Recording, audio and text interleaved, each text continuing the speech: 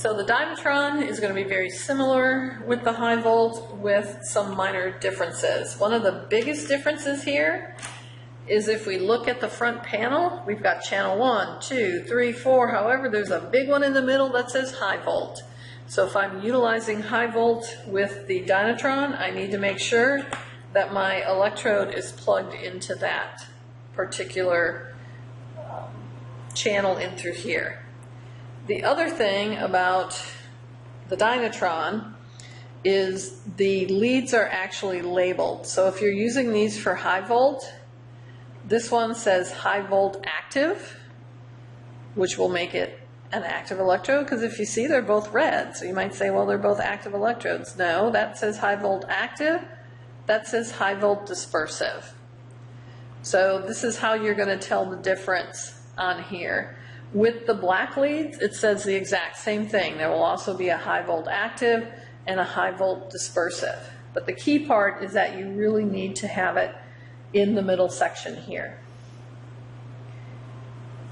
If we come back up to our choices, again, we have our home setting. We're going to go to high volt. And we can see all of our choices now that pop up in this particular case. So it's going to default to 10 minutes. And here, now high volt is turned green. Before, remember, the channels were turning green, and that was because those were the channels that were active. But now high volt is going to be green, and that's going to be active. We can default here between time and rates. So here are my frequencies once again. So in this particular case, 80 to 120 is going to be used for pain. I'm going to drop it to 20 to 50. If I wanted for wound care, I can set both of these to 100.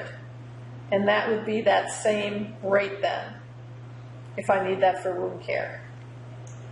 I can do high, low, and it's going to toggle between the two themselves, so I maybe don't have to go up and down. My delivery, I can do high volt with a probe, and you can see now probe turned green over here as well. We're going to talk about the probe in some later videos so you understand how to use that, but we're going to use probes. So with our active electrode, here's where we set whether it's negative, positive. So now we can do negative, we can change it to positive, so whichever one is green is the one that it is acting as, or I can set it to bipolar. So bipolar means it's going to run as negative for a little bit, and then it's going to run positive for a little bit. Why would I want to do that?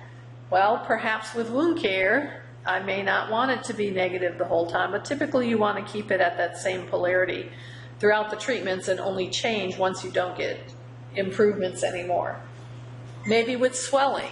Again, remember that for my negative electrode, I'm going to have my positive ions that are moving toward that. You're going to have that streaming, you get that micro streaming that occurs. Well, maybe I want that to switch a little bit so I get more pumping action, so I can set it up as bipolar. For the most part, we're going to do either negative or positive, and for the most part, negative. So again, my high volt active with the dynatron, and I just want to show you this. We talked about having a larger dispersive pad, and you say, wow, that really is a larger dispersive pad. But it really should be something as large as this. And so this, in this particular case, if I can get this into here, can be my dispersive pad. It should be much larger, and you'll find you won't have as much issues because when Dr. Drexler was getting treated, a lot of times she felt it more under the dispersive pad. So you could wet the sponge and put it on the pad. You can also use gauze pads for cleanliness because you don't want to put the sponge on more than one person. So you can use 4x4s and just get them really wet and line them on here. You can also use the gel to do. You just need some sort of medium that's going to help transfer the electricity. But in this particular case, we have this much larger dispersive pad. We can use a regular electrode or a carbon electrode. Or for wounds, we're going to be using whatever we can use to put into the wound itself. So that just kind of gives you an idea on what a larger dispersive pad would look like. So remember the key part here, we have to put high volt into the middle there, and we have to make sure that we have the proper active electrode and dispersive electrode.